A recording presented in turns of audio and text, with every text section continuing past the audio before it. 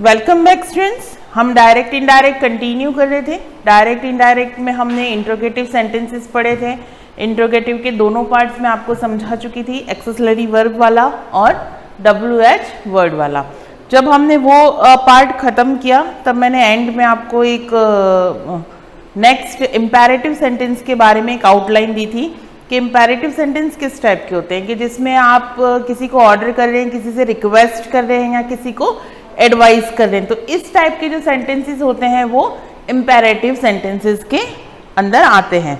अब आज हम उसके कुछ बेसिक रूल्स देख लेते हैं ताकि नोट्स आपके बन जाएंगे और आपको एक आसानी मिल जाएगी कि किस तरह से हमको क्या करना है। यस, तो इम्पेरेटिव सेंटेंस का पहले मैं हेडिंग डाल देती हूँ।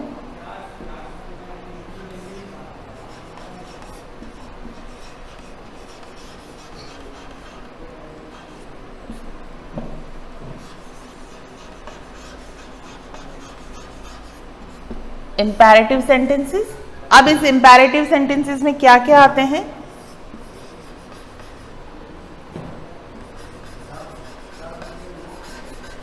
कमांड्स,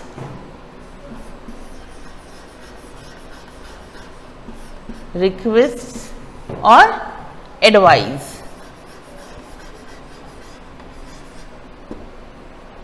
ये तीन चीजें इसके अंदर आती हैं। अब हम इसके कुछ बेसिक रूल्स की बात कर लेते हैं कि हम इन सेंटेंसेस को बनाएंगे किस। देखो, आपने अब तक जितने भी देखा है, आप लोगों ने ये नोट किया कि हमने जो फर्स्ट असर्टिव सेंटेंस कह सकते हैं वो पढ़े थे। तो उसमें हमने हमारे कुछ बेसिक रूल्स हमने पढ़े थे जो टेंस के अकॉर्डिंग चेंज हो रहे थे। उसके बाद हमने नेक्स्ट स्टेप लिया जिसके अंदर हमने प्रोनाउंस के अकॉर्डिंग चेंज किया। नेक्स्ट स्टेप और लिया जिसमें हमने इंट्रोगेटिव क्वेश्चन मार्क के अकॉर्डिंग चेंज किया। अब यहाँ पर हम बैक टू बैक हम कुछ रूल्स पढ़ रहे हैं। कहीं पर कनेक्टिव चेंज हो रहे हैं, कहीं पर कनेक्टिव लग नहीं रहे हैं। तो बहुत सारी बेसिक चीज़ें, तो इसी अब इम्पेरेटिव सेंटेंस के हम कुछ बेसिक रूल्स पढ़ेंगे।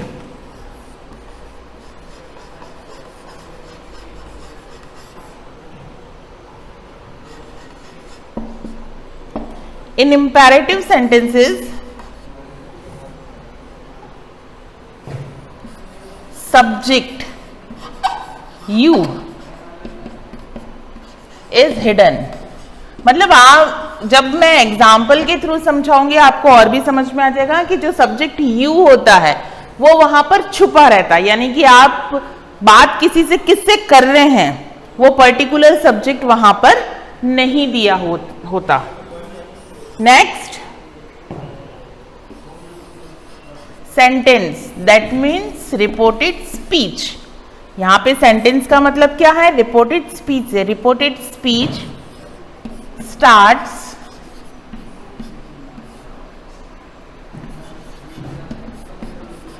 With verb.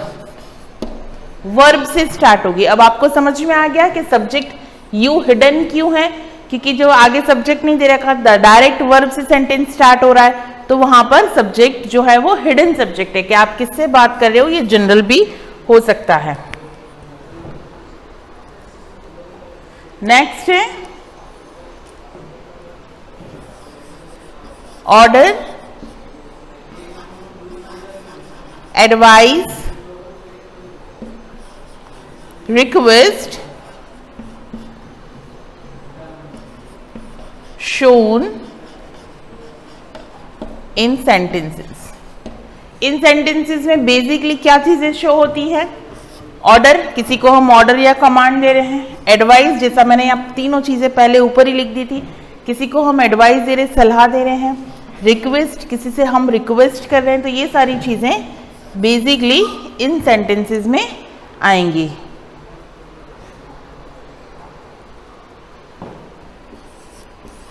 सेड जो हमारा रिपोर्टिंग वर्ब का रिपोर्टिंग वर्ब में आता है। Change,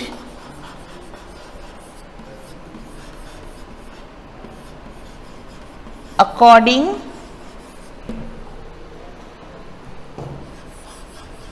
feel of reported speech. अब इस ये लाइन का क्या मतलब है? सेड। अब सेड, जब हमने सिर्फ सेड देखा था तो सेड का सेड ही रहता है, लेकिन जब वो सेड टू हो जाता है तो वो किस में चेंज होता था? टोल्ड में। फिर हमने इंट्रोगेटिव पढ़ा, इंट्रोगेटिव में सेड आया तो वो किस में चेंज हो रहा था? आस्क्ड में। अब यहां पर ये सेड आ रहा है तो क्या लिखा है मैंने? Said change according to feel of reported speech, यानी कि आपकी रिपोर्टेड स्पीच में फील क्या है? कोई ऑर्डर है, कोई एडवाइस है, कोई रिक्वेस्ट है, तो उसके अकॉर्डिंग ये सेड चेंज होगा। क्लियर? अब मैं बता देती हूं कि वो क्या हो सकता है चेंज। अगर ऑर्डर है,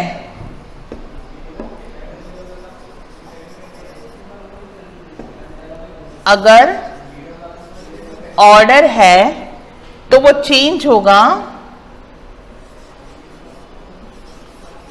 ऑर्डर्ड में।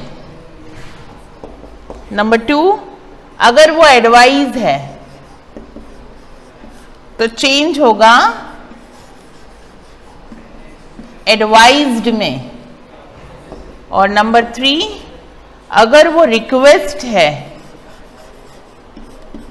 तो वो चेंज होगा रिक्वेस्टेड में। ठीक है, ये थे हमारे कुछ बेसिक रूल्स। एक और रूल बच जाता है, मैं वो भी बता देती हूं।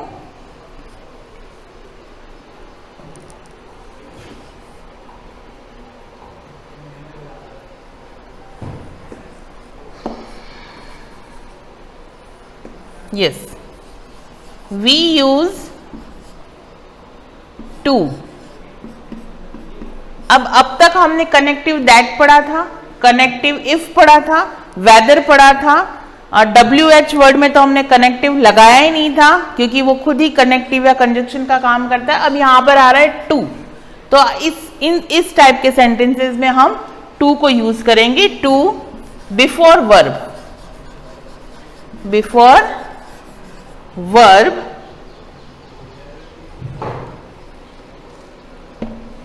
अब आगे के जो भी हैं एग्जाम्पल्स में बता देती हूँ ताकि आपको ये क्लियर हो जाए। एक एग्जाम्पल हम यहां पे देख लेते हैं।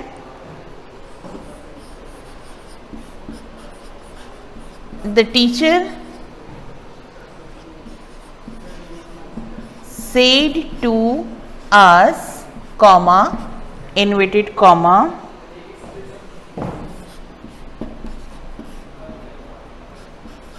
listen to me when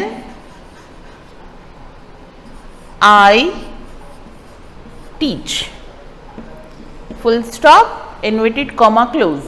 अब हम कुछ बेसिक रूल्स पे आ जाते हैं, पहले देख लेते हैं कि इंपेरेटिव सेंटेंस में जो सेड होगा वो चेंज होगा according to feel of reported speech. Yes, तो अब इसमें फील क्या है? The teacher said to us listen to me when I teach. अब टीचर जो है वो अगर हमें कुछ कहता है तो वो रिक्वेस्ट तो होगी नहीं, एडवाइस होगी नहीं, इज जस्ट एन ऑर्डर। तो यहां पर हमें जो सेड है वो किस में चेंज करना है? ऑर्डर्ड में।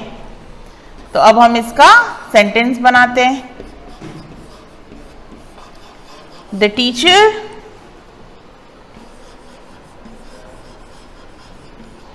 ऑर्डर्ड अस। अब क्या बात की थी कि कनेक्टिव, हम कनेक्टिव के रूप में हम टू लगाएंगे। अब यहां पे देखो वर्ब से स्टार्ट हो रहा है सेंटेंस। अच्छा, listen to me when I teach. तो एक चीज और हमने पिछले रूल में जो फर्स्ट पढ़ी थी वो क्या थी कि subject you will be hidden, जो इसका सब्जेक्ट होगा वो छुपा हुआ होगा। अब टीचर ने हमसे कहा कि जब मैं पढ़ा रही हूं तो उसको ध्यान से या चुपचाप से सुनो। तो किसको कहा? कोई पर्टिकुलर तो है नहीं, यानी कि कोई क्लास ही होगी या स्टूडेंट्स ही होंगे, बॉयज होंगे, गर्ल्स होंगे, जो भी है वो यहाँ पर हिडन है। बस इतना कहा, एक ऑर्डर दिया कि जब मैं पढ़ा रही हूँ तो उसको साइलेंटली सुनो। तो यहाँ और यहाँ पे टीचर है, may be he is a male और शी इज अ फीमेल, दोनों चीजें यहाँ पर हो सकती हैं। The teacher ordered us to. अब टू के बाद कभी भी कोई वर्ब जो है वो चेंज नहीं होता है, ठीक है। टू के बाद वर्ब की हमेशा फर्स्ट फॉर्म ही आती है। तो क्या आ जाएगा, लिसन टू हर। यहां पे मैं उनको फीमेल मान के चल रही हूं, तो मी जो है वो फर्स्ट पर्सन है। फर्स्ट पर्सन किसके अकॉर्डिंग चेंज होगा, रिपोर्टेड वर्ब के सब्जेक्ट के अकॉर्डिंग। तो लिसन टू हर व्हेन, आई किस में चेंज होगा, शी में, व्हेन शी टीच। क्लियर। अब यहां पर हम एक एग्जाम्पल और देख लेते हैं ताकि आपका ये जो कॉन्सेप्ट है क्लियर हो जाए। हमारा सेकेंड एग्जाम्पल देखते हैं हम। He said to his friend,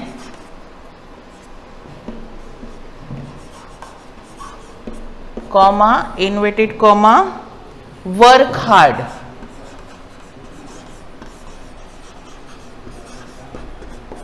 अब क्या कहा है,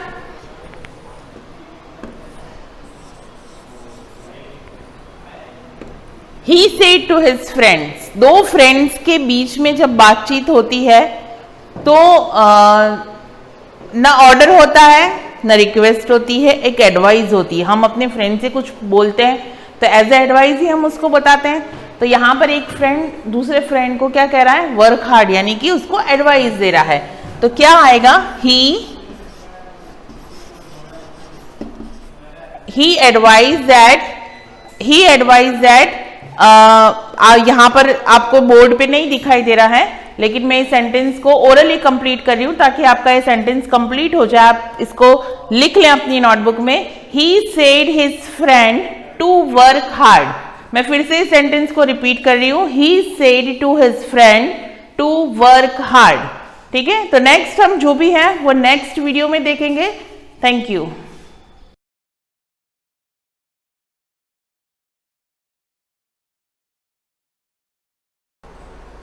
सुप्रभात विद्यार्थियों, जैसा कि हमने पूर्व में संधि प्रकरण के बारे में अध्ययन किया, जिसमें संधि की परिभाषा क्या थी और संधि के प्रमुख कितने भेद थे उनके बारे में अध्ययन किया था। और आज हम व्यंजन संधि के बारे में अध्ययन करेंगे।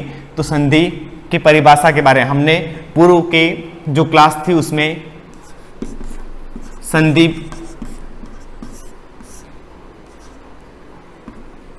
परिभाषा, संधि की परिभाषा के बारे में अध्ययन किया, नंबर 1 पॉइंट था। दूसरा, संधि के प्रकार या भेद के बारे में अध्ययन किया, जिसमें अपन ने प्रमुखतः 3 भेद बताए थे, है ना। पहला था स्वर, दूसरा व्यंजन और तीसरा विसर्ग। इन तीनों के बारे में अपन ने स्वर संधि के बारे में अध्ययन कर लिया था, जिसमें स्वर में स्वरों का स्वरों से मेल होता है, जिसमें व्यंजन का कहीं प्रयोग नहीं होता है, और विसर्ग में विसर्ग का लोप भी होता है और विसर्ग लगता भी है, ये ध्यान रखना है। तो अभी स्वर संधि के अपन ने कुल कितने प्रकार थे, 5 भेदों के बारे में अध्ययन किया था। स्वर संधि, दीर्घ संधि, गुण संधि, वृद्धि संधि, यण संधि और अयादि संधि, इन 5 के बारे में अध्ययन किया था। इसके बाद हमारा दूसरा प्रकरण का दूसरा जो भाग है, जिसमें व्यंजन संधि क्या है, व्यंजन संधि किसे कहते हैं। तो व्यंजन संधि उसे कहा जाता है जिसमें व्यंजन का स्वर के साथ और व्यंजन का व्यंजन के साथ मेल होता है, उसे व्यंजन संधि कहते हैं। जैसे अपन बात करें तो यहां उद्गम जो शब्द है ना, उसमें उसका संधि विच्छेद का उत गन गम। हमारा पहला ही नियम है कि यदि त या, है ना, जब संधि विच्छेद करते समय त के बाद में कोई भी व्यंजन आए तो वह व्यंजन त अपने ही व्यंजन में तीसरे वर्ण में बदल जाता है। तो उत का त का क्या बन गया, द बन गया, और गम का गम ही रहेगा। तो त अपने द में बदलना उद्गम, जैसे उद्धव, उद्दन हव, ये भी हमारा नियम है, जिसमें त के बाद अगर ह आता है तो ह त जो है वह द में बदल जाएगा, ह है जो द में बदल जाएगा, तो ये उद्धव। ठीक है। दिक्दन अंबर, दिगंबर है ना, उसमें दिक दन अंबर,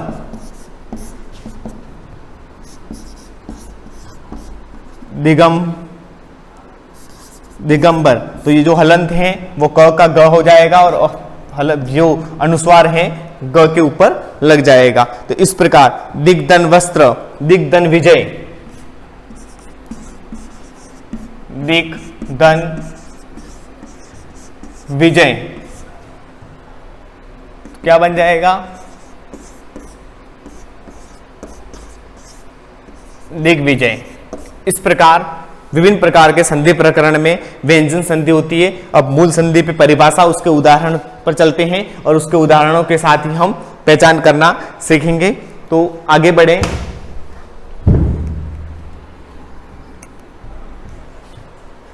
तो संधि प्रकरण में व्यंजन संधि क्या है, व्यंजन संधि की परिभाषा क्या होगी, आगे बढ़े। व्यंजन संधि जहां व्यंजन के साथ के बाद स्वर या व्यंजन आने पर उसमें जो विकार सहित मेल होता है उसे व्यंजन संधि कहते हैं। देखें, हमने देखा स्वर संधि में क्या था, स्वरों का स्वरों के साथ मेल था, स्वर के अलावा व्यंजन कहीं नहीं आया था सभी प्रकार के संधियों में। लेकिन यहां देखें तो व्यंजनों के साथ व्यंजन होगा पहला, अंत में व्यंजन होगा। जैसे व्यंजन के बाद स्वर आएगा तो व्यंजन संधि होगी, या व्यंजन के बाद अगर कोई व्यंजन आ गया तो भी व्यंजन संधि होगी। हमें ये ज्ञात है कि कुल कितने वर्ण हैं, स्वर कौन से हैं और व्यंजन कौन से हैं, उसमें स्पर्श व्यंजन कौन से हैं, उसमें व्यंजन कौन से हैं। स्पर्श व्यंजन की बात करते हैं, क से म तक जो हमारे आते हैं 25 वो स्पर्श व्यंजन आते हैं, उसमें व्यंजन य लव और अंतस्थ व्यंजन य लव और उष्म श श श और ह, ये जो चार हैं वो उष्म व्यंजन के अंतर्गत आते हैं। तो यहां पर क्या होता है कि व्यंजन के बाद स्वर आए या व्यंजन के बाद अगर व्यंजन आता है वहां पर व्यंजन संधि का प्रयोग होता है, नहीं तो अगर स्वर के बाद स्वर आए तो स्वर संधि, स्वर के बाद व्यंजन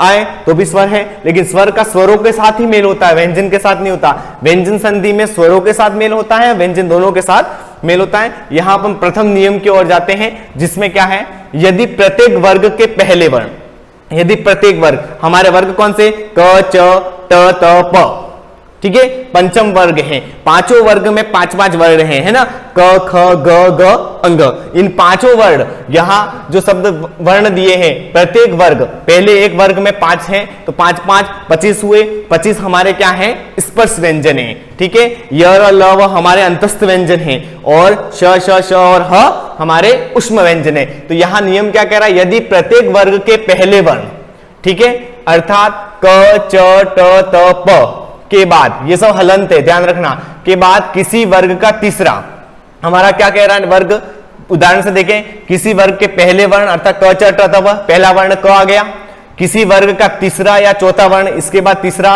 या चौथा वर्ण आए, या फिर कोई वर्ण आए य र ल व, या कोई स्वर भी दिया है, ये हमारा अस्वर है। अगर ऐसा होता है तो अपने ही वर्ग में जो क होगा वो अपने तीसरे वर्ण में बदल जाता है। जैसे दिक दन अंबर का क का क्या हो गया, ग, बाकी अ, क हलंत है तो ग भी हलंत होगा, और ग हलंत होगा तो अ अगर ग के साथ मिलता है तो ग पूर्ण बन जाएगा और इसलिए दिगंबर बना। जैसे इसमें कुछ है, फिर अच दन अंत अजंत हुआ, च का ज में, षट दन आनन, ट का ड में षडानन, जगत त का ग में, जगत दन ये जगदीश है ना, इस प्रकार त का द में, इस प्रकार अपदन अब्ज अब्ज है ना। एक ये नियम है जगत दन ईस, ये कहीं अपवाद में भी हो सकता है, लेकिन जगत दन ईस का त का जगदीश होता है, ये भी एक बार ध्यान रख लेना। इसको वापस मैं बता देता हूं,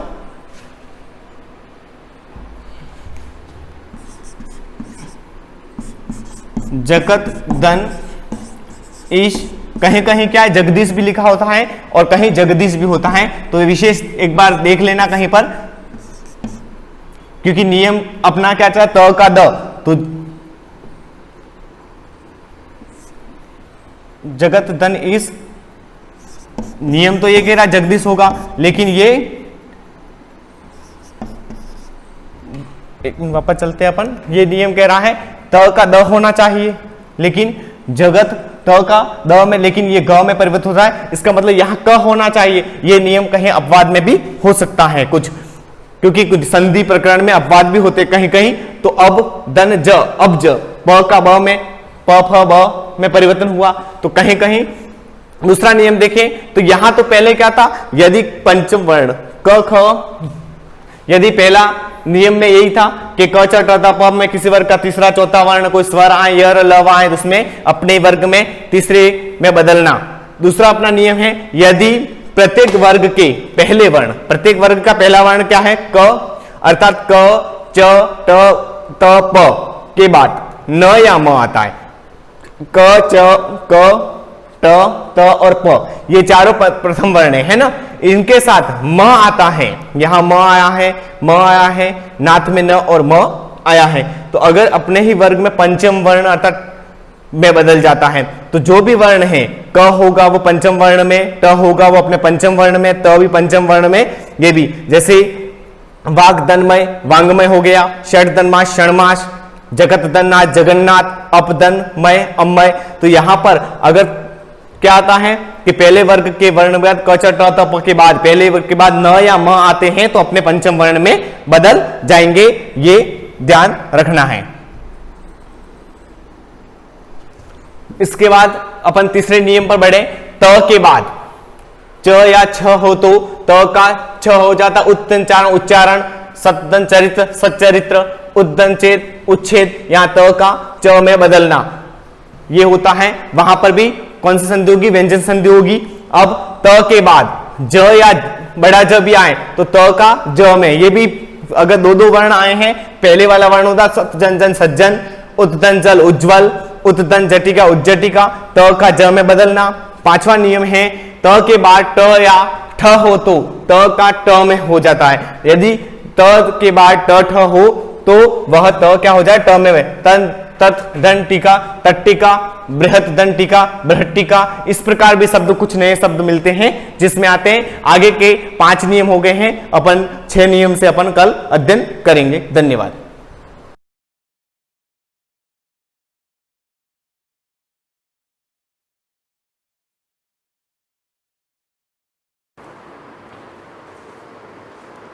good morning students, welcome to the class. Last जो क्लास थी हमारी उसमें 1.6 का क्वेश्चन नंबर 19 चल रहा था। मैंने आपसे कहा था कि आगे का सॉल्यूशन आपको करना रहेगा। हमने x + 1/x का वैल्यू निकाल दिया था, x² + 1/x² का वैल्यू निकाल दिया था। एक जो बचा था दैट वाज x³ + 1/x³ का वैल्यू। तो मैं सारी वैल्यूज़ आपको एक बार के लिए बता देती हूँ, इन केस अगर वो क्वेश्चन आपका नहीं हुआ है तो, अदरवाइज़ हो गया है तो बहुत अच्छी बात है। Now see this thing, values जो है वो आप टैली कर दीजिए। जैसे क्वेश्चन नंबर 19 है आपकी बुक का ही। 19 x का वैल्यू ऑलरेडी गिवन था 5 - √21/2। वहाँ से हमने 1/x का वैल्यू निकाला बाय द रैशनलाइजेशन मेथड। तो 5 + √21/2 वैल्यू बना इसका। नाउ x² का भी वैल्यू निकाला, 1/x² का भी वैल्यू निकाला। तो एट द एंड उसका सॉल्यूशन जो हमारे पास है x² + 1/x² का वैल्यू दैट वाज 23। इसी तरीके से x + 1/x का जो वैल्यू बना वो हमारे पास आया 5। ठीक है, फिर बचता है x³ + 1/x³। तो देखो x³ का वैल्यू क्या बनेगा, 5 - √21। पूरा मैं सॉल्व नहीं कर पा रही हूँ, आपको बस फाइनल आंसर बता रही हूँ। तो यहाँ पर बनेगा ये 8, इसका एक्सपेंशन होगा 5 - √21 का होल क्यूब। तो ये फॉर्मूला मैं आपको बता चुकी हूँ, a - b का होल क्यूब का फॉर्मूला होता है a³ - b³ - 3ab into A minus B. Now put the values, A की जगह पर 5 रखेंगे, बी की जगह पर √21 रखेंगे। देन जब हम इसको सॉल्व करेंगे तो हमारे पास आंसर आएगा एक्स क्यूब का आंसर आपका कुछ इस तरीके से होगा।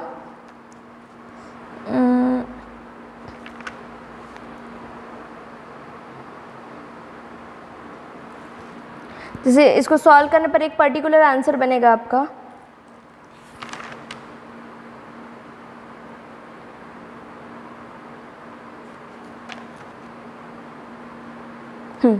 एक्स क्यूब का वैल्यू आपका आएगा कुछ इस तरीके से 440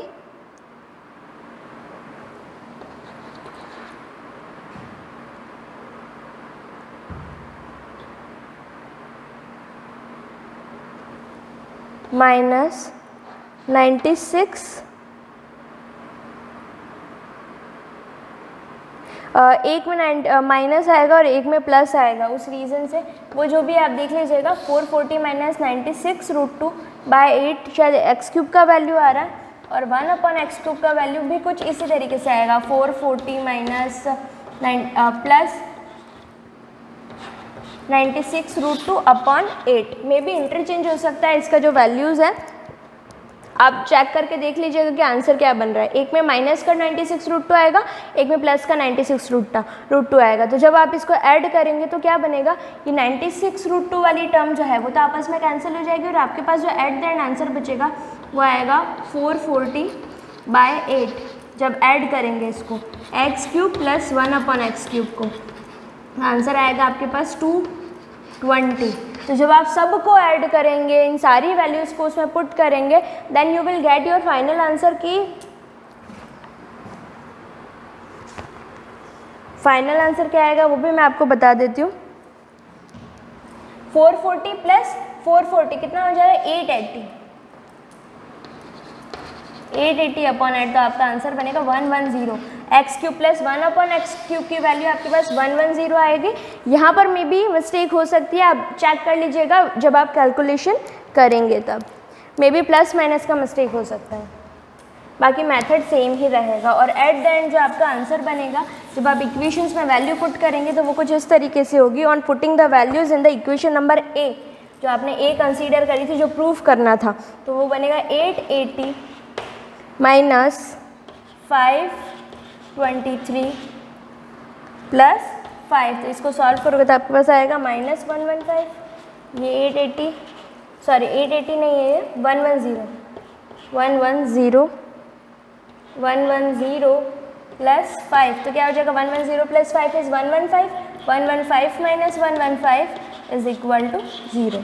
ओके, इस तरीके से आपका एट द एंड वो ये प्रूफ वाला जो क्वेश्चन है, क्वेश्चन नंबर 19, ये सॉल्व हो जाएगा। आगे इसलिए बताया ताकि अगर किसी का किसी रीज़न की वजह से नहीं हो पाया तो यहाँ से टैली कर सकता है कि कहाँ मिस्टेक हुई, ये पता चल सके।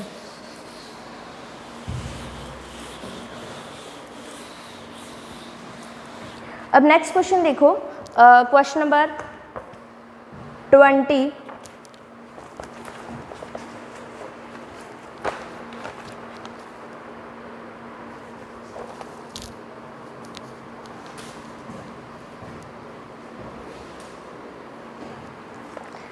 क्वेश्चन नंबर जो 20 है उसमें आपको कुछ चीज़ें पहले से दे रखी है। क्या क्या गिवन है, √2 का वैल्यू 1.414, फिर देन √3 का वैल्यू भी गिवन है विच इज़ 1.732, और वैल्यू गिवन है, और √5 का वैल्यू भी दे रखा है। √5 इज इक्वल टू 2.236 और एंड √6 इज इक्वल टू 2.449। ये वैल्यूज़ गिवन है, और फिर आपको कहा है find the value of each of the following. जितने भी क्वेश्चंस दे रखे हैं सबकी वैल्यूज़ आपको फाइंड करनी है up to 3 places of decimal.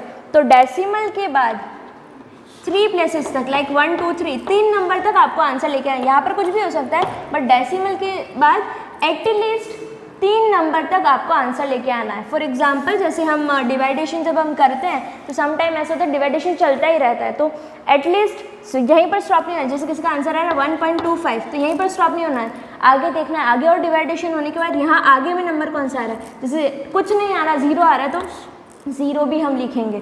तो अप टू 3 प्लेसेस, 1 2 3 प्लेसेस तक हमको आंसर लेकर के आना है। तो अब कैसे लाएंगे आंसर? ओके, अब क्वेश्चंस देखते हैं हम। फर्स्टली जैसे क्वेश्चन नंबर 1 है, बहुत इजी क्वेश्चन है, वैल्यूज पहले से दे रखी है तो फिर क्या प्रॉब्लम होगी हमको सॉल्व करने में। डिवाइडेशन तुमको आता है। ओके, 7/10 इसको रूट 10 उसको सॉल्व करना है। 10 is a prime number. Prime number जो होते हैं, sorry 10 is not a prime number but it is not perfect square. Perfect square नहीं है, इस वजह से it is N irrational number. तो मेथड इज़ दैट कि या तो आप डिवाइडेशन करो, रूट 10 का वैल्यू आप ऐसे भी ला सकते हो। कैसे? किसी भी क्वेश्चन को करने के बहुत सारे तरीके हो सकते हैं, तो हमारे ऊपर है हम उसको कैसे सॉल्व कर रहे हैं। तो 7√10 लिखा है, 10 को क्या लिख सकते हैं, इसके फैक्टर्स करो 2 × 5, इसको लिख सकते हो, that is equal to 7/√2 × √5। You know the value of √2, you know the value of √5। √2 √5 दोनों को मल्टीप्लाई करो, जो भी आंसर बनेगा उसका डिवाइडेशन करो 7 में। एक तो ये तरीका, या फिर ये नहीं करना चाहते हैं, हमको इतना बड़ा डिवाइडेशन नहीं करना, तो नहीं करना तो सबसे बेस्ट मेथड हमारे पास रहता है, जब भी दिखे अपॉन में इरेशनल नंबर दिखे, then do the rationalization of denominator. हर का हमको परिमेयकरण करना है। तो √10 को मल्टीप्लाई करेंगे √10 से और डिवाइड भी करेंगे, क्यों? परिमेयकरण से। तो क्या क्वेश्चन बनेगा आपके पास, 7√10 अपॉन √10 × √10 क्या आएगा 10, क्योंकि √x × √x क्या होता है, x होता है। ठीक है, 7√10 अपॉन 10। तो यहाँ तो बात क्लियर होगी, अपॉन में 10 आ गया तो अपना डिवाइडेशन भी बड़ा इजी हो गया। जब भी अपॉन में 10, 100, 1000 आते हैं ना, तो वी फील टू सेफ कि इतना बड़ा डिवाइडेशन नहीं करना रहेगा, 0 के अकॉर्डिंग हम लोग डेसिमल्स लगा देंगे। तो हमको सिर्फ ये मल्टीप्लिकेशन को मेनली सॉल्व करना है। तो 7√10 देखो, इसको फैक्टर से क्या लिख सकते हैं, 2 × 5 upon 10, that is equal to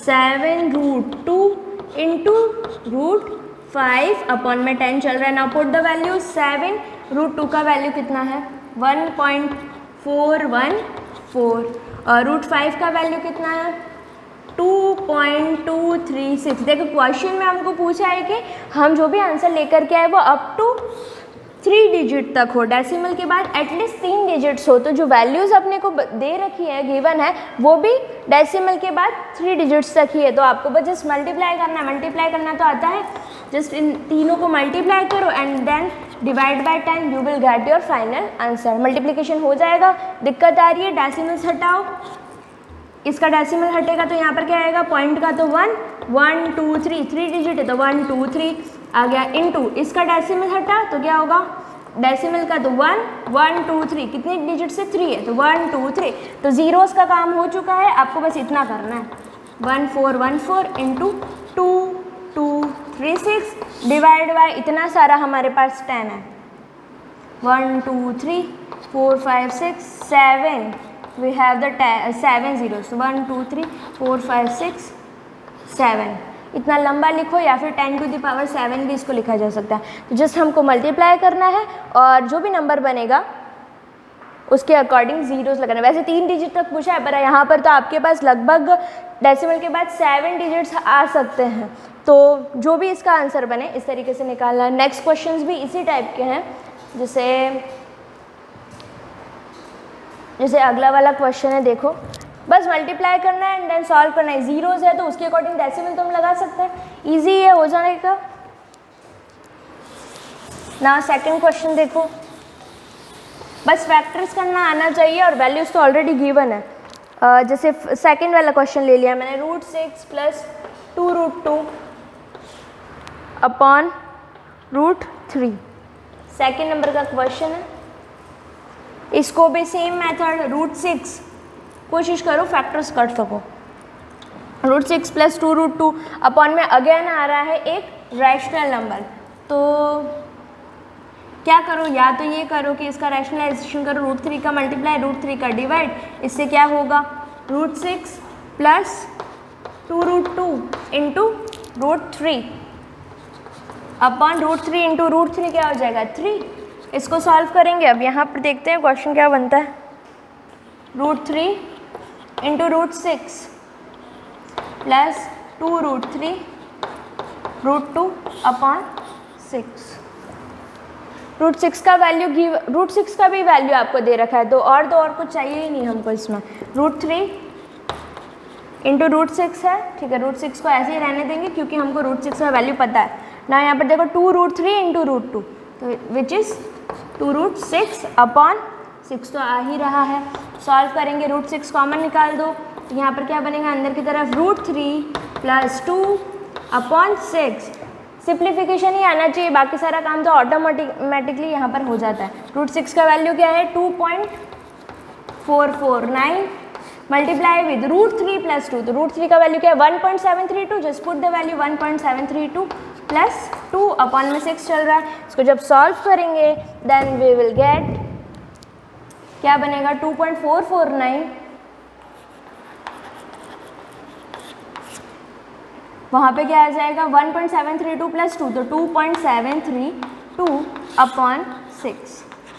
तो आपको जस्ट इन दोनों को मल्टीप्लाई करना है और डिवाइड बाय 6 करना है। आप चाहो तो ये चीज़ कर सकते हो, पॉइंट्स हटा दो, एक का 1000 आ जाएगा, दूसरे का भी 1000 आ जाएगा, उसके अकॉर्डिंग डेसिमल्स लगा देना। इन दोनों को पहले मल्टीप्लाई करो, या फिर और सिंप्लीफाई अगर किया जा सकता है तो देखो 2 3 6, इसको 2 से सिंप्लीफाई कर सकते तो हो जाएगा 2 1 2, 2 3 6, 2 6 12, फिर अगेन बनाए 2 6 12। अब देखो ये 3 से डिवाइड हो रहा है कि नहीं चेक करो।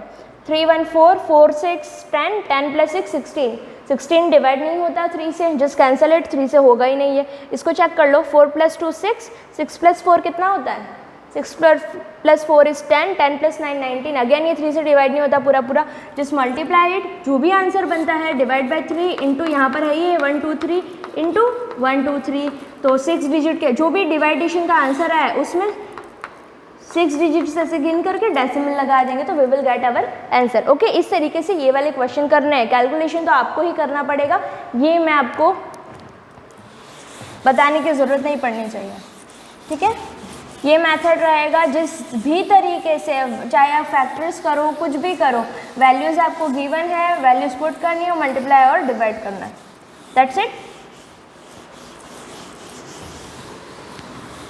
नेक्स्ट क्वेश्चन चेक कर लो। देखो आपका 1.6 अबाउट टू फिनिश है, बस बहुत सारे क्वेश्चंस है इसमें।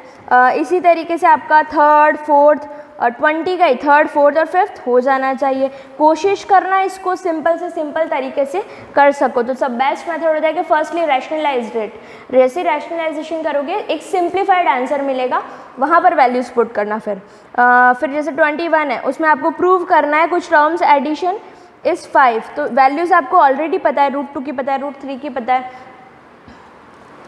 √5 की पता है, तो यहाँ पर एक्स्ट्रा क्या है √7 है, तो √7 की वैल्यू हम फाइंड कर सकते हैं। कैसे फाइंड कर सकते हैं, √7 is a prime number, but मैंने आपको स्क्वायर रूट निकालने का मेथड बताया था, √7 की वैल्यू आप सेल्फ निकालेंगे, अगर नहीं होता है तो आस्क मी। फिर क्वेश्चन नंबर 22 जो है उसमें अगेन a का वैल्यू गिवन है, आपको फाइंड करना है a² + 1/a²। फर्स्ट क्वेश्चन हो जाएगा। अभी तक करें, सबसे पहला काम जो भी वैल्यू दे रखी है, जैसे यहाँ पे दे रखा है 5 + √21/2, लकीली इसमें ऑलरेडी आपका डिनोमिनेटर रैशनलाइज, डायरेक्ट आपको स्क्वायर करना है, फिर a² आ जाएगा, 1/a² चाहिए तो a² का ही रेसिप्रोकल कर देना, तो क्या बनेगा ये 1/a² = 2/5 + √21। फिर आपको ज़रूरत पड़ेगी इसको रैशनलाइज करने की ताकि एक सिंप्लीफाइड आंसर आए, फिर दोनों को ऐड कर देना, आ जाएगा आंसर। इस टाइप के क्वेश्चन कर चुके हैं, आई थिंक 22 आपसे हो जाना चाहिए। नाउ फिर 23 की बात करते हैं, तो उसमें भी सेम है, a गिवन है, आपको शो करना है कि a + 1/a = 18, आंसर ऑलरेडी दे रखा है, फाइंड नहीं करना है, तो आपको क्या करना है, फर्स्ट a का वैल्यू फाइंड करना है, 1/a का वैल्यू फाइंड करना है, LHS में पुट करोगे आपका आंसर 18 आना चाहिए। इसी तरीके से एक और चीज़ प्रूव करनी है, a² - 1/a² = 144√5। तो फर्स्टली फाइंड करो a², देन फाइंड करो 1/a², फिर LHS में जैसे पुट करेंगे you will do the a² - 1/a², you will get your जो प्रूफ का जो आंसर है, फिर LHS इक्वल टू RHS लिखते हैं। 24 और 25 ये भी आपका होमवर्क रहेगा, क्योंकि A गिवन है, B भी गिवन। जिस क्वेश्चन नंबर 24 है A गिवन है, B भी गिवन है, आपको वैल्यू फाइंड करनी है। एक टर्म दे रखी है A² plus AB plus B² upon A² minus AB plus B²। A is given and B is also given, ठीक है, दोनों ही दे रखे। तो सबसे पहला काम A को जितना सिंप्लीफाई कर सकते हो उतना कर लो, उसका आंसर जो भी आ रहा है 1 2 3 4 5 6 लेके आ जाओ। B का भी वैल्यू 1 2 3 4 5 6 जो भी आ रहा है लेके आ जाओ। A का वैल्यू ले आओ, B का वैल्यू ले आओ आफ्टर द सिंप्लीफिकेशन।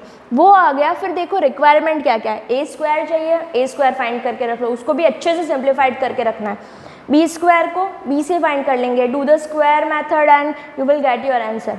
ओके, फिर A इंटू B भी चाहिएगा, तो A इंटू B का जो सिंप्लीफाइड आंसर होगा उसको मल्टीप्लाई कर देना, उसका आंसर आ जाएगा। और सिंप्लीफाई कर सकते हो, जितना कर सकते हो करके फिर सारी वैल्यूज इसमें पुट करेंगे, देन हम वैल्यू फाइंड करेंगे इस चीज़ की। फिर 25 है, उसमें भी वैसे ही करना है। x और y का वैल्यू गिवन है और कुछ शो दैट करके कुछ इक्वेशन दे रखी है, x³ माइनस y³। ये हम फाइंड कर देंगे। x और y को पहले सिंप्लीफाइड करना है, देन x³ प्लस y³ करना है।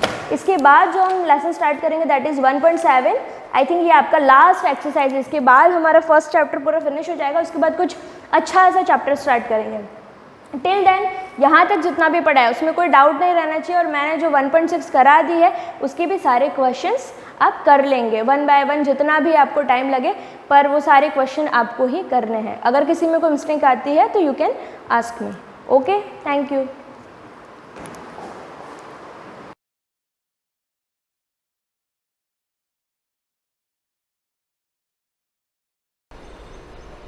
Good morning students, unit of life का पार्ट 28 पढ़ेंगे। 27 में हमने देखा था एक्टिव ट्रांसपोर्ट, जो हम पढ़ रहे थे एक्टिव ट्रांसपोर्ट का, वापस उसका देखा था 2 एक्सोसाइटोसिस और एंडोसाइटोसिस, ये 2 चीज़ें देख रहे थे हम। उसमें एक जो एंडोसाइटोसिस था, मतलब किसी सेल को अंदर लेना जो था, किसी मटेरियल, किसी आयन को या किसी भी मॉलिक्यूल को जब अंदर लेते हैं तो उसको एंडोसाइटोसिस बोलते हैं। उसमें भी 2 चीज़ थी, पिनोसाइटोसिस और फैगोसाइटोसिस। उसको मैंने डायग्राम से एक्सप्लेन किया था, उसकी डेफिनेशन भी देख ली थी। उसकी डेफिनेशन आज और देख लेते हैं क्या था यहाँ पर। जैसे सबसे पहले एंडोसाइटोसिस दे रखा था, तो एंडोसाइटोसिस में ये 2 चीज़ें इसकी टाइप हो जाती है, एक होता है उसका पिनोसाइटोसिस और दूसरा है फैगोसाइटोसिस। ये दोनों डायग्राम से क्लियर हो गए थे। फैगोसाइटोसिस जो होता है वो अमीबा में जैसे स्यूडोपोड बनते हैं और वो फूड कैविटी में अपना मॉलिक्यूल अंदर ले लेता है, देन अंदर उसके डाइजेस्ट करके इजेस्टिंग मटेरियल जैसे इसमें बाहर निकल जाए, तो दोनों में लगभग सिमिलर होता है। ये जो होता है इनवेचिनेटेड मेम्ब्रेन जो है इसमें कर्व हो जाती है थोड़ी सी। अब ये चीज़ होने के बाद पिनोसाइटोसिस और फैगोसाइटोसिस में बेसिक डिफरेंस क्या है, तो यहाँ पे देख रखा है आपको, मैंने एक कल वर्ड बताया था आपको, यहाँ पे लिखा है known as cell drinking is the process which involve intake of large size liquid nutrients. देखो मतलब पिनोसाइटोसिस का मीनिंग है कि पिनोसाइटोसिस मूवमेंट ये जो चल रहा है, और ये कौन सा है, फैगोसाइटोसिस। तो आपको याद रखना है, आप सोचोगे कि दोनों में फ़र्क क्या है, दोनों लगभग सिमिलर ही तो हो रहा है, दोनों में फूड मॉलिक्यूल अंदर आ रहा है, लेकिन बात यह है कि पिनोसाइटोसिस में सिर्फ लिक्विड चीज़ के पार्टिकल ही अंदर आ पाते हैं।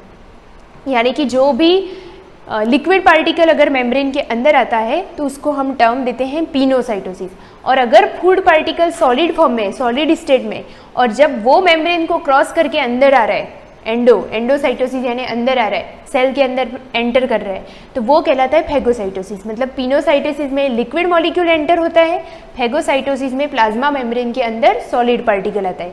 इसीलिए हम कॉमनली समझने के लिए बोल सकते हैं it is known as cell drinking, और तो इसको क्या बोलेंगे, नोन एज सेल ईटिंग, क्योंकि ये सॉलिड पार्टिकल को अंदर ले रहा है, ये लिक्विड पार्टिकल को अंदर ले रहा है। समझने की बात है, ठीक है। यहाँ पे जैसे लिखा है विच involve intake of large sized of solid particle, लिखा होगा, लिखा है यहाँ पे large size of solid particle including cellular debris and microbe. उसके अलावा, पार्टिकल के अलावा कुछ सेल्यूलर डेब्रीज जो होते हैं, यानी अननेसेसरी जो चीज़ें सेल के अंदर आती है, जैसे माइक्रोब्स, माइक्रोबैक्टीरिया, तो वो चीज़ें, phagocytosis is the major feeding method in many unicellular organism, example as amoeba. जैसे अमीबा में होता है सेम एज वेल एज हमारी बॉडी में WBC सेल करती है। वाइट ब्लड सेल जो कि हमारे ब्लड में होती है, वो क्या करती है, जैसे ही बाहर से कोई माइक्रोबैक्टीरिया, वायरस चीज़ें आ जाती है तो उसके अंदर, अपने अंदर लेकर उसको ख़त्म कर देती है WBC। तो वो किस मूवमेंट से करती है, वो फैगोसाइटोसिस मूवमेंट से करती है। and macrophages remove damaged cell, viruses and bacteria by this process। मतलब बाहर से आने वाले बैक्टीरिया वायरस की सेल को वो डैमेज करेगा और डैमेज करने के बाद उसके प्रभाव को वो खत्म कर देगा, तो वो मूवमेंट होता है फैगोसाइटोसिस। एंडोसाइटोसिस एक्टिव ट्रांसपोर्ट का एक टाइप है, एक्सोसाइटोसिस उसका दूसरा टाइप है। एंडोसाइटोसिस में अगेन दो टाइप हो जाते हैं, पीनो और फैगो। पीनो मीन्स लिक्विड पार्टिकल का अंदर आना और फैगोसाइटोसिस मीन्स प्लाज्मा मेम्ब्रेन के अंदर सॉलिड पार्टिकल का एंटर होना। ये चीज़ें बेसिक डिफरेंस। अब क्या चीज़ है दूसरी, एक्सोसाइटोसिस, बहुत छोटा सा दे रखा है यहाँ पे। It involve the expelling of large size particle outside of the cell through cell membrane. वही चीज़ है कि सेल मेम्ब्रेन से जो अननेसेसरी या जो वेस्ट प्रोडक्ट है उसको सेल से बाहर निकाल देना जो होता है वो किसके थ्रू होता है, एक्सोसाइटोसिस। ठीक है, सेल मेम्ब्रेन से किसी पार्टिकल को आउटसाइड निकाल देना, बाहर निकाल देना कहलाता है एक्सोसाइटोसिस।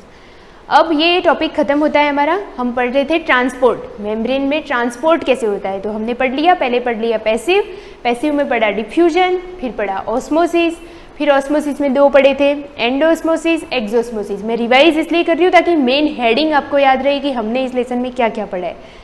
एंडो और एक्सोस्मोसिस जैसे ही खत्म हुआ, हमारा सेकेंड टाइप का ट्रांसपोर्ट हमने पढ़ा एक्टिव ट्रांसपोर्ट। एक्टिव ट्रांसपोर्ट में वापस दो टाइप आ गए, एक्सोसाइटोसिस, एंडोसाइटोसिस। एक्सोसाइटोसिस में दो चीज़ें थी, एक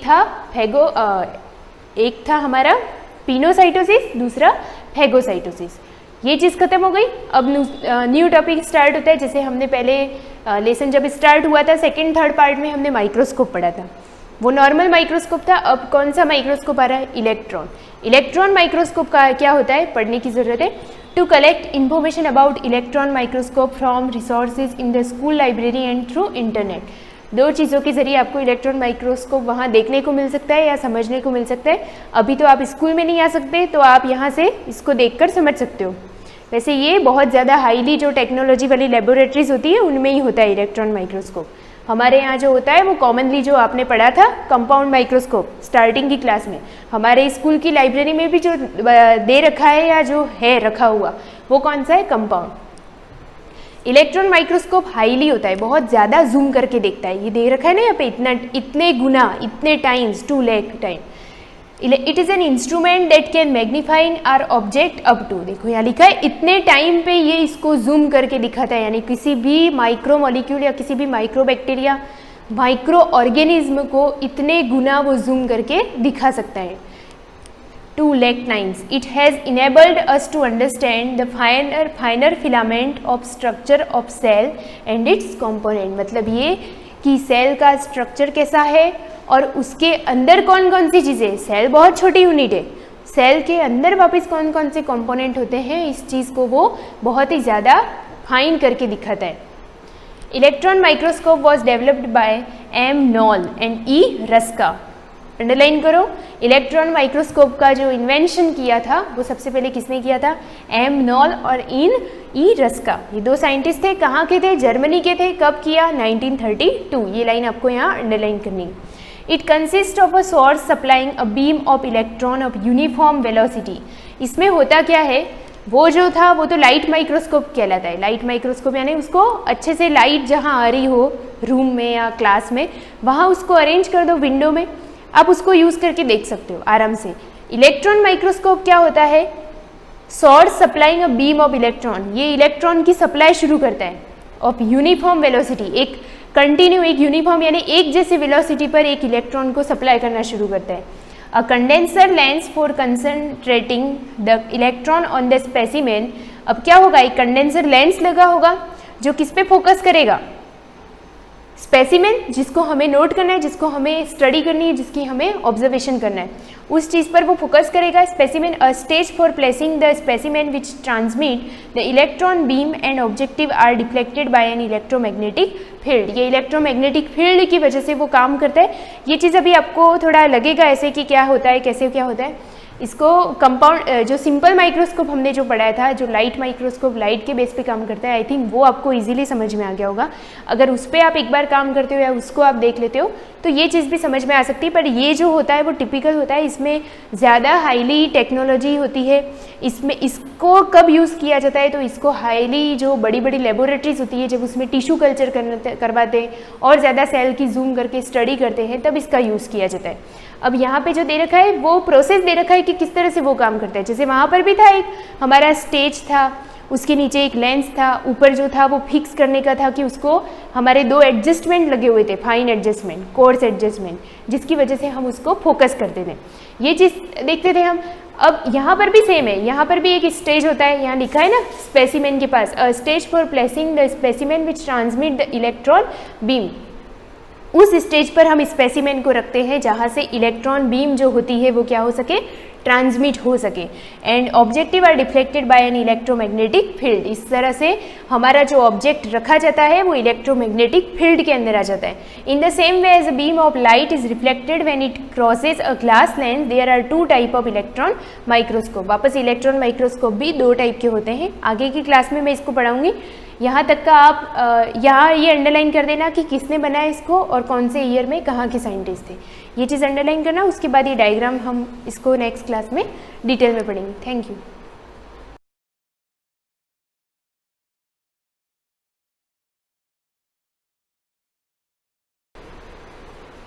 गुड मॉर्निंग स्टूडेंट्स, हमारे सोशल साइंस में हिस्ट्री के अंदर फर्स्ट चैप्टर पढ़ने वाले हैं, फ्रेंच रिवॉल्यूशंस, जिसके अंदर मैं आपको फ्रांस में जो रिवॉल्यूशंस हुआ था वो किस वजह से हुआ था, क्यों हुआ था, वो सब हम पढ़ेंगे। कि क्या बहुत इंटरेस्टिंग चैप्टर है। आप लोगों ने ज्योग्राफी का चैप्टर पढ़ लिया, इकोनॉमिक्स का पढ़ लिया, पॉलिटिकल का पढ़ लिया, हमने हिस्ट्री का एक भी चैप्टर नहीं पढ़ा है हिस्ट्री का, इसीलिए हम फर्स्ट चैप्टर ले रहे हैं फ्रेंच रिवॉल्यूशन। अब फ्रेंच रिवॉल्यूशन बहुत बड़ा लेसन है, लेकिन बहुत इंटरेस्टिंग भी है कि किन किन कारणों से, जो आपने अभी तक नहीं पढ़ा है, जिसके बारे में आप लोग नहीं जानते हो कि ऐसा कुछ हो सकता है। किसी स्टूडेंट ने पर्टिकुलर इसकी मूवी देखी हो या यूट्यूब पे सर्च किया हो तो उसको पता होगा, वरना आप लोगों ने अभी तक जो लेसन्स पढ़े हैं, जब से आपकी सोशल स्टार्ट हुई है तब तक आपने फ्रेंच रिवॉल्यूशन के बारे में कुछ भी नहीं पढ़ा, यानी कि सब कुछ नया है आपके लिए। यहाँ पर देखो क्या दे रखा है। सबसे पहले जो नोट डाल रखा है एक बार हम उसको रीड कर लेते हैं, फिर मैं आपको इसकी रीजन्स बताती हूँ किस रीजन की वजह से फ्रेंच रिवॉल्यूशन हुआ था। Dear students, do you know the meaning of term revolution? Revolution का मीन्स क्या होता है, सबसे पहले आपको ये पता होना चाहिए। रिवॉल्यूशन मीन्स होता है क्रांति। अब क्रांति क्यों होती है? बिना वजह से तो कोई क्रांति होती नहीं है, तो उसका भी दे रखा है, अंडरलाइन करना आप इसको। Revolution is a forcible overthrow of a government और social order to establish new government और social order excepting more favourable result. किस लिए होती क्रांति? हमारे ऊपर किसी प्रकार से कोई दबाव डालता है तो उन दबाव से हम लोग क्या होना चाहते हैं, फ्री होना चाहते हैं, और उसके जगह पर हम नए कह सकते हैं कि सोशल ऑर्डर या कह सकते हैं नए गवर्नमेंट की स्थापना करने के लिए जो कार्य किया जाता है, जो क्रांति की जाती है, उसको हम क्या कहेंगे? रिवॉल्यूशन कहेंगे। इस डेफिनेशन में यही दे रखा, फोर्सिबल ओवरथ्रो अ गवर्नमेंट और social order to establish new government, नई गवर्नमेंट स्थापित करने के लिए, और social order excepting more favourable result, यानी कि परिणाम क्या रहे, आपके पक्ष में रहे, इसके लिए हम लोग क्या करते हैं? क्रांति करते हैं। यानी कि कभी कभी ऐसा हो जाता है, नहीं बहुत ज़्यादा हम लोग किसी से प्रताड़ित होते हैं तो हम उसके लिए क्या करते हैं? हड़ताल करते हैं, प्रदर्शन करते हैं, दंगे करते हैं। तो यहाँ पर भी यही हुआ, जब फ्रेंच रिवॉल्यूशन हुई थी तो लोगों के ऊपर इतने ज़्यादा कंट्रोल्स लगा दिए गए थे, लोगों को इतना ज़्यादा पीड़ित किया जा रहा था, प्रताड़ित किया जा रहा था, तो उन सभी परिणामों की वजह से क्या हुआ? फ्रेंच रिवॉल्यूशन हुआ था। In modern history, the French revolution is the result of long time public dissatisfaction with government policies। देखो दे रखा है कि ये बहुत लंबी प्रक्रिया थी, कैसी? पब्लिक डिससेटिस्फिकेशन, जब लोगों में क्या हो गया था, समानताएं नहीं रही थी, या सरकार जो भी काम कर रही थी वो अच्छे से फैसला नहीं रही थी, तो उसके अपोजिशन में, यानी कि सरकार जो भी पॉलिसीज बना रही थी वो लोगों की भलाई के लिए नहीं बना रही थी, तो इसके लिए एक लंबे समय तक चलने वाली क्रांति थी, जिसका परिणाम क्या हुआ कि धीरे धीरे वहाँ पर क्या हो गया, जो शासन चल रहा था राजा का वो चेंज हो गया था। In modern history the French revolution occupies an important places. It took 10 years, 6 months and 4 days। अब कितना समय लगा था इसको? 10 years, 6 months and 4 days। ये हमने क्वेश्चन पढ़ा हुआ था कि फ्रेंच रिवॉल्यूशन कब हुआ था, तो मैंने आपको डेट बताई थी 5 मई 1789 से। कहाँ से कब तो चला था? 9 नवंबर 1799। This revolution overthrow the monarchy. अब इस रिवोल्यूशन से क्या हुआ? मोनार्की क्या हो गई? ओवरथ्रो, यानी कि खत्म हो गई। मोनार्की का मीन्स क्या होता है? राजा का शासन। तो यहाँ पर क्या हो गया था? मोनार्की फिनिश हो गई थी। एस्टेब्लिश ए रिपब्लिक, नया शासन आ गया था। कौन सा शासन? रिपब्लिक, गणतांत्रिक देश जिसको अपन कह सकते हैं, वैसी यहाँ पर स्थापना हो गई थी। And catalyzed a wave of global conflict that extend from the Caribbean to the Middle East। यानी कि यहाँ पर जैसे उनको क्रांति का जो समय था वो कितना था? 10 years 6 months और 4 days, इतने दिनों तक उनकी क्रांति चली थी। उसके बाद उन लोगों को सफलता मिली, जो राजा का शासन था वो वहाँ पर खत्म हो गया और नया जो स्थापित हुआ शासन वो कौन सा स्थापित हुआ था? रिपब्लिक शासन स्थापित वहाँ पे हो गया था। In this chapter you will read about causes, consequences and events of this revolution। क्या दे रखा है इसके अंदर? किन किन कारणों से क्रांति हुई, उसके परिणाम क्या निकले और कौन कौन सी घटनाएं उसमें हुई, इस चैप्टर के अंदर हम पढ़ेंगे। जो ग्लोसरी वर्ड दे रखे उसको हम कल के वीडियो में कंटिन्यू करेंगे। उससे पहले मैं आपको ये बताती हूँ कि फ्रेंच रिवॉल्यूशन क्यों हुआ था। एक छोटी सी स्टोरी बता रही हूँ और उसको आपको वीडियो के थ्रू भी बताऊंगी कैसे ये हुआ था। क्या होता है, जब लुई 15 का शासन जो चल रहा होता है, राजा का नाम है लुई 15, तो वो हमेशा उसने कंटिन्यू बहुत सालों तक युद्ध किया था और युद्ध करते करते उनके पास इकोनॉमिक्स रूप से वो क्या हो गए थे, अब ज़्यादा पावरफुल नहीं रहे थे, यानी कि उनके पास पैसों की कमी हो गई थी। फिर जैसे ही लुई 15 का शासन खत्म हो जाता है, उसके बाद लुई 16 आता है और उसकी शादी होती है मेरी अंततोगत्वा, उसकी रानी का नाम था, जो उससे बहुत ज़्यादा प्रभावित था, यानी कि हर बात उसकी मानता था और जो रानी के देती थी वो बात फाइनल थी, यानी कि वो बहुत ज़्यादा इंटरफेयर करती थी, ये भी कह सकते हैं उसके शासन में। तो जितना भी वहाँ पे जो भी इकोनॉमिक्स ऑलमोस्ट उनकी खत्म हो गई, आर्थिक स्थिति खराब हो गई थी, लेकिन फिर भी उस रानी के इतने ज़्यादा शौक थे, इतनी ज़्यादा मौज मस्ती थी कि उसमें जो भी और पैसा था वो भी क्या हो गया था, धीरे धीरे खत्म होने के कगार पे आ गया। अब उनके शासन को चलाए कैसे जाए, तो उन्होंने क्या किया था, उनका जो शासन चला था उसको 3 स्टेप में बांट रखा था उन्होंने, 3 स्टेट के अंदर बांट रखा था। तो उसमें नोबल्स और एलर्गी जो थे उनको अलग पोस्ट दे रखी थी और लास्ट में जो भी सर्विसमैन थे, जो भी पीजेंट थे, उनको 3rd कैटेगरी में डाल रखा था। तो अब प्रॉब्लम ये आ गई थी कि पैसे है नहीं तो शासन को चलाए कैसे जाए। और तो वहाँ पर जैसे अभी अपने सरकार में क्या होता है, वित्त मंत्री नियुक्त किए जाते हैं, उसी प्रकार से उस समय भी वहाँ पे वित्त मंत्री को नियुक्त किया। तो उन्होंने अलग अलग राय दी कि हम इस प्रकार से लोगों से पैसा ले सकते हैं, उस प्रकार से ले सकते हैं। तो फर्स्ट जो वित्त मंत्री बना था उसकी भी बात राजा को समझ में नहीं आई थी, तो उसको भी हटा दिया गया। सेकंड जो बना था उसमें भी फिर वो जो रानी थी वो बीच में इंटरफेयर करती थी, तो उसका काम भी समझ में नहीं आया। तो थर्ड जो वित्त मंत्री आया था उसने कहा था क्यों नहीं हम लोगों से टैक्स ज़्यादा ले लें। तो उन्होंने क्या किया, किसानों से बहुत ज़्यादा टैक्स लेना स्टार्ट कर दिया था। तो अब ऐसे में हो सकता था कभी उनकी फसल उत्पादित हो अच्छी और कभी नहीं हो, और उसमें भी लेते अगर हम कम ले रहे तो ठीक है, लेकिन 10% है उससे भी ज़्यादा और उन्होंने बढ़ा दिया था। तो ऐसे में क्या हुआ, अमीर और गरीब के बीच में बहुत ज़्यादा खाई उत्पन्न हो गई। अमीर तो और अमीर होते जा रहे थे, गरीब और गरीब होते जा रहे थे, गरीबों की बात कोई सुनता नहीं था।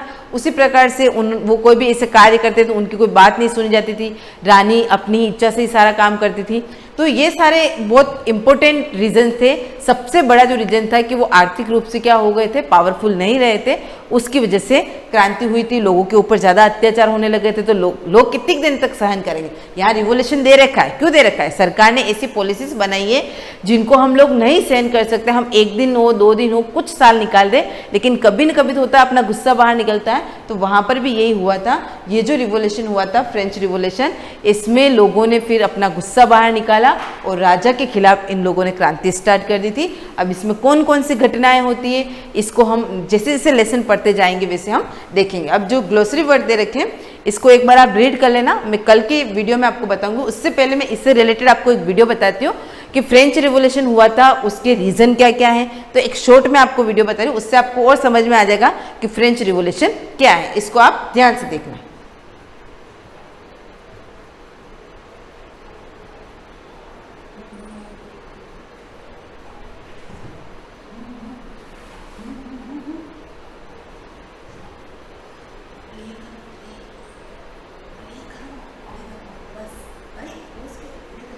The French society during late 18th century. In 1774, Louis XVI of the Bourbon family of kings ascended the throne of France. He was 20 years old and married to the Austrian princess Marie Antoinette. Upon his accession, the new king found an empty treasury. Long years of war had drained the financial resources of France. Added to this was the cost of maintaining an extravagant court at the immense palace of Versailles.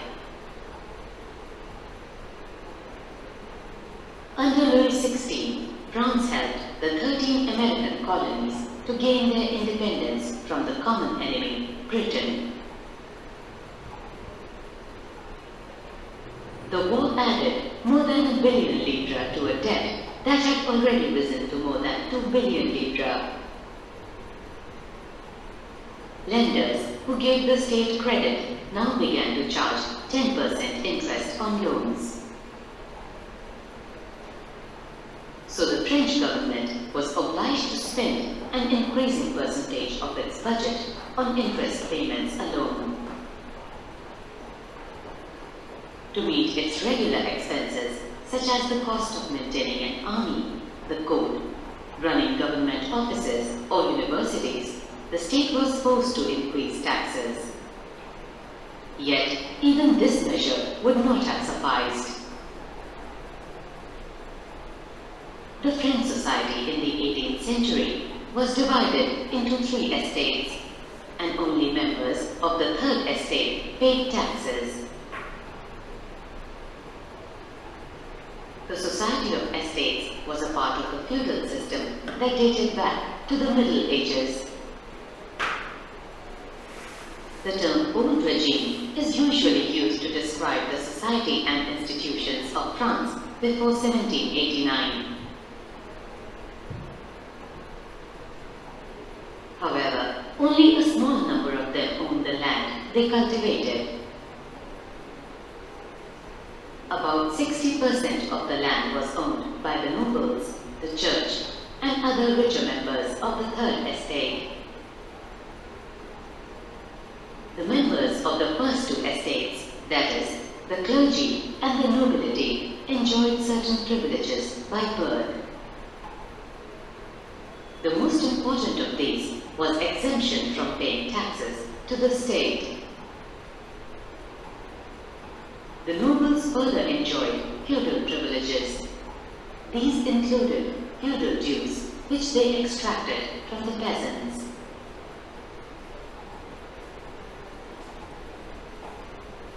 Peasants were obliged to render services to the Lord, to work in his house and fields, to serve in the army, or to participate in building roads. The church too extracted its share of taxes, called tithes, from the peasants, and finally, all members of the 3rd estate had to pay taxes to the state. These included a direct tax, called tithe, and a number of indirect taxes, which were levied on articles of everyday consumption, like salt or tobacco. The burden of financing activities of the state through taxes was borne by the 3rd estate alone.